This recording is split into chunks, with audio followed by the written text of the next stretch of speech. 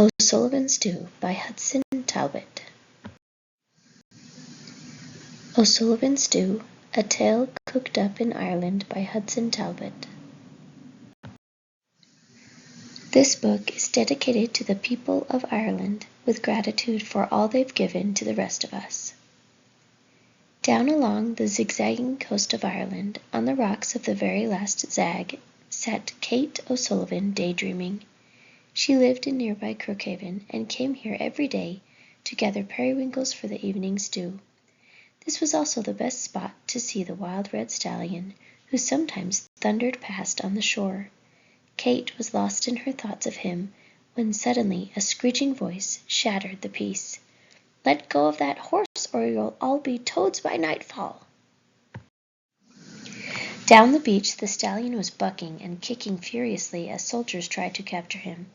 "Let go of my horse, I say," screeched an old woman, swinging her cane at the men.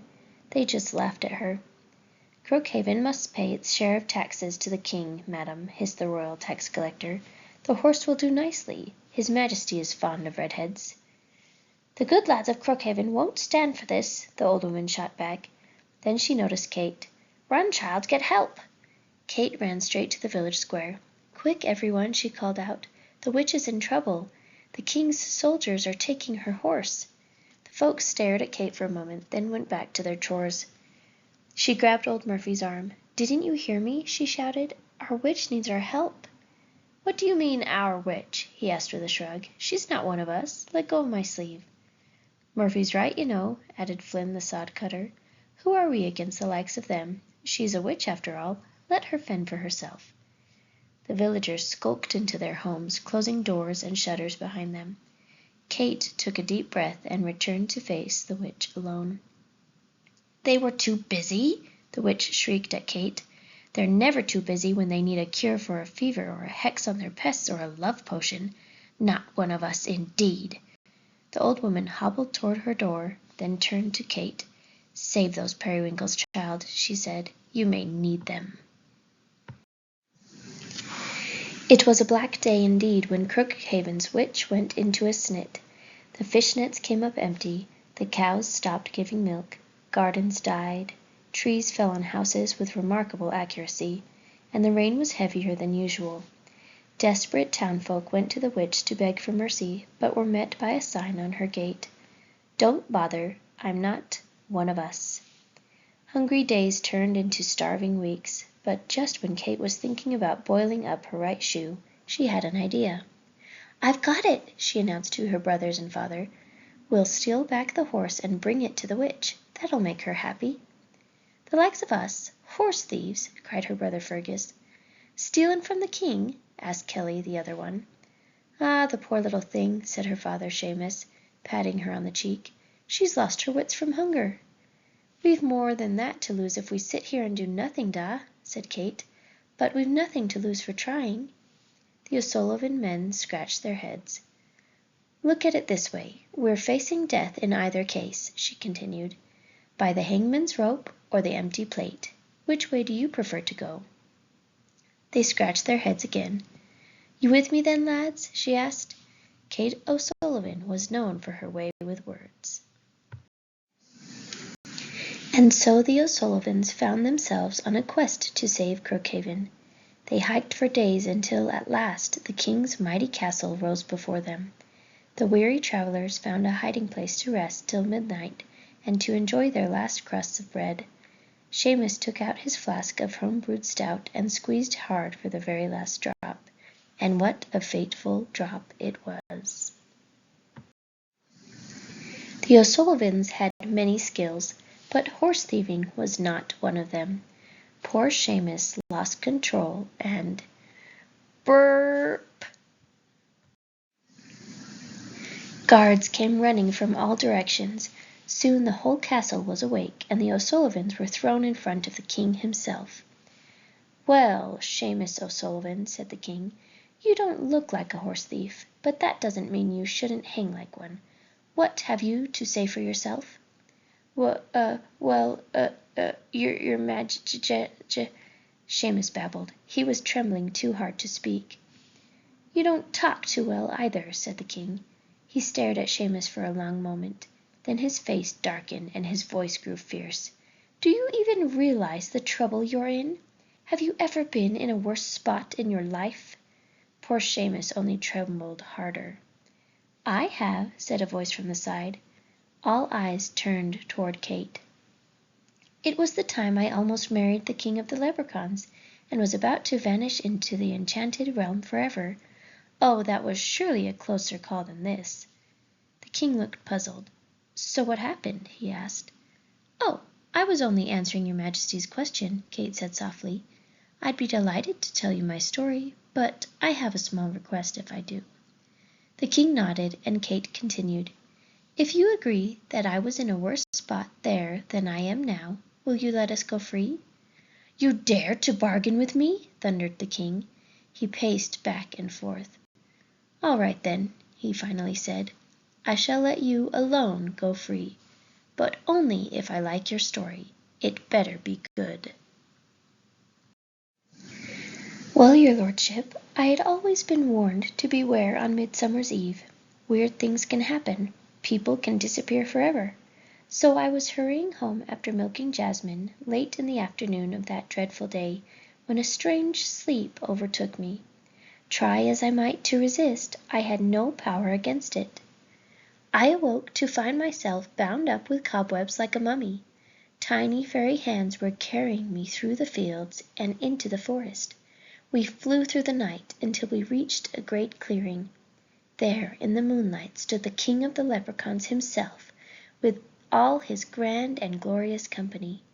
The leader of the fairies came forward to greet him. A war between the fairies and the leprechauns was being settled, and the fairies presented me as a peace offering. They hoped I might be useful to the king, but he took one look at me and fell madly in love. He wanted to marry me that very night. With a clap of his hands, the wee folks set to work preparing a grand wedding banquet. Now that was a party I'll not soon forget. The whole forest was dancing that night, and the music! It would have made the angels do a jig. Finally the moment came for the wedding to begin.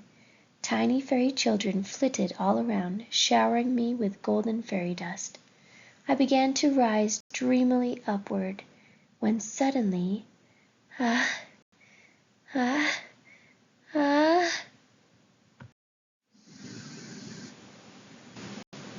achoo!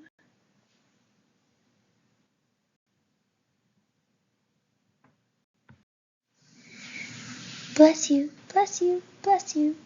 Use your handkerchief, bless you, bless you. In the blink of an eye, the wedding party had vanished. I could hear the wee folk, but could no longer see them. My giant sneeze had blown away the veil of enchantment for a moment, giving me a chance to escape. I ran out of the forest and all the way home. My brothers were shocked to see me, but not half as much as I was to see them. They had grown taller than me overnight. Then it sank in.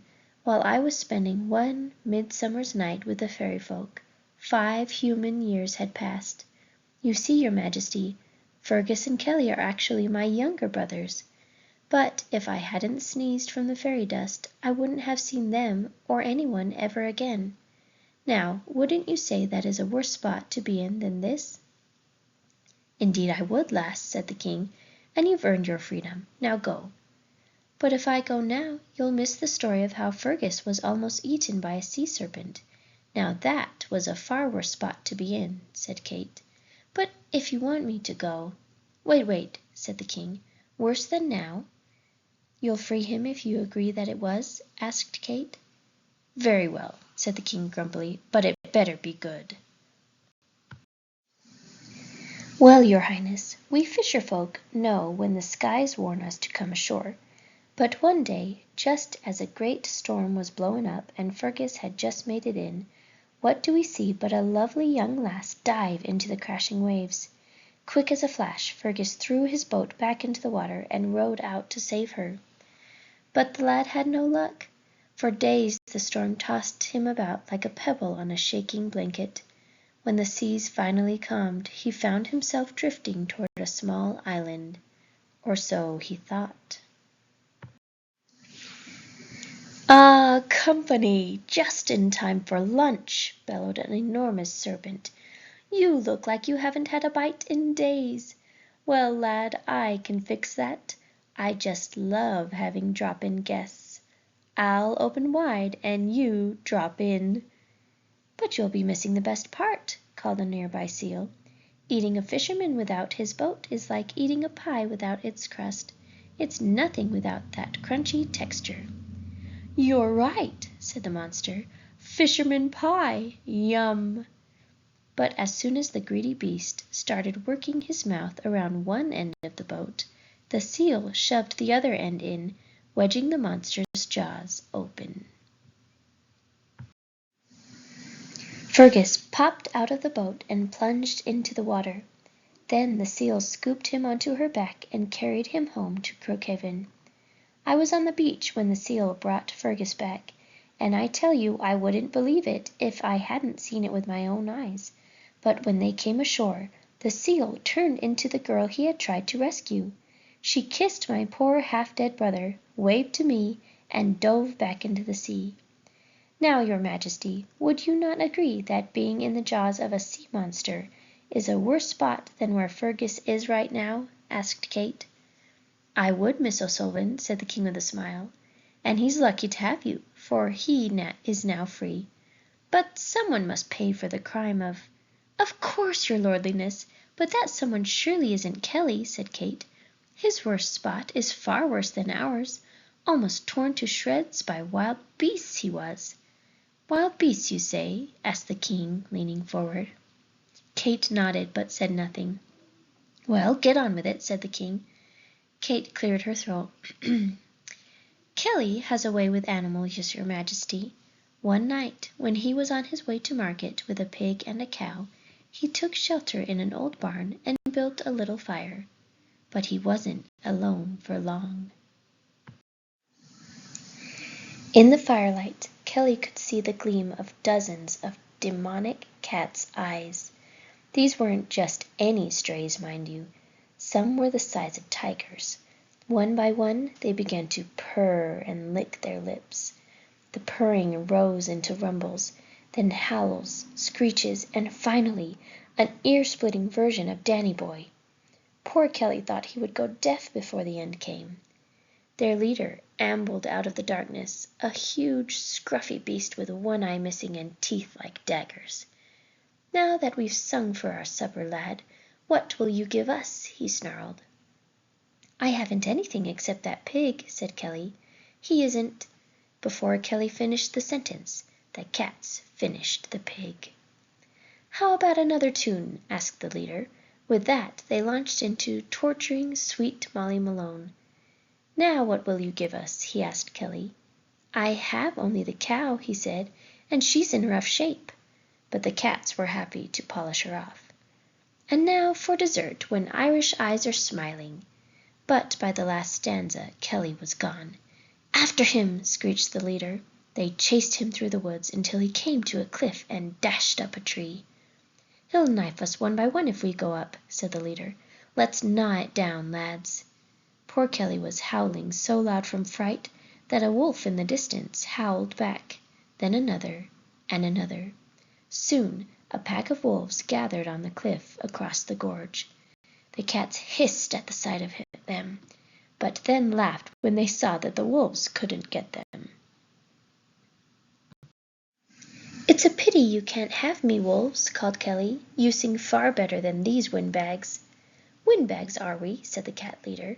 Then he howled an aria from Madame Butterfly. The wolves fell over laughing. Now I know why they call it caterwauling, yelled the wolf leader. He then led his lads in a piece that could only be called the Hallelujah Chorus. Neither side would be outdone. Duets, trios, quartets, and quintets out-howled each other until the entire forest vibrated with the deafening songfest. Kelly's tree trembled, then swayed, then whoosh!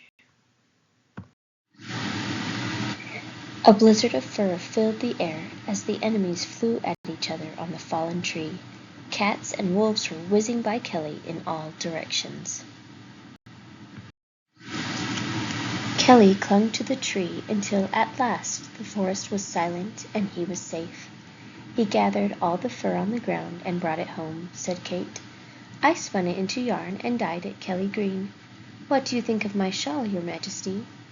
As lovely as you, Miss O'Sullivan, said the king, and before you ask, yes, Kelly is free. But your father must pay for the crime. After all, he's the one who should have known better. Oh, you needn't tell me, your lordship. I'm the one who must look after him, said Kate. He was even wilder as a youth, beating up that giant and all. I never know what he'll do next.